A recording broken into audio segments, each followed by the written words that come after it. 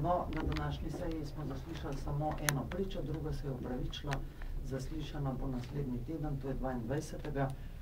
Zvedeli smo pač okoliščine posameznih prodaj, bile so samo 3.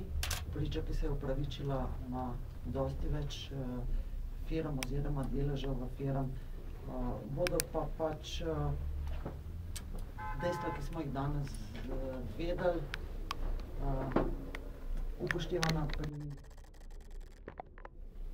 končnem poročilu, niso pa tako nepomembna, kot se mogoče.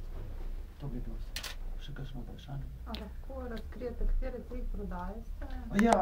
Ja, to je bila tovarna sladkorja, Ormož, Saturnus in pa Jasna turizem. V kateri smeri ste rekli, da niso nepomembne izjave? Glede cene, glede načina prodaje? Glede načina prodaje.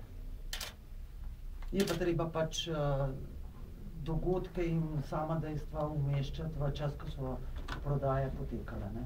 Ker zakonodaja in politika so se pač tudi spremenile. Nič posebnega. Pa bi pa jaz imela še eno vprašanje.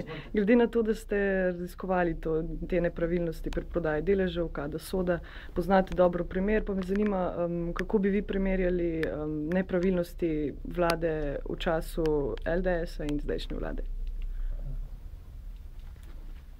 Če bi odgovorila na vprašanje, bi prehitivala, ker to bo eno izmed temeljev zaključnega poročila.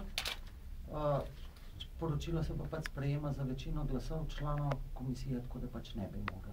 Svojega mnenja pa tudi zdaj ne bi. Kaj pa mogoče, kateri primer je bil najbolj neprijeten, recimo v prejšnji vladi in zdajšnji? Za vas kot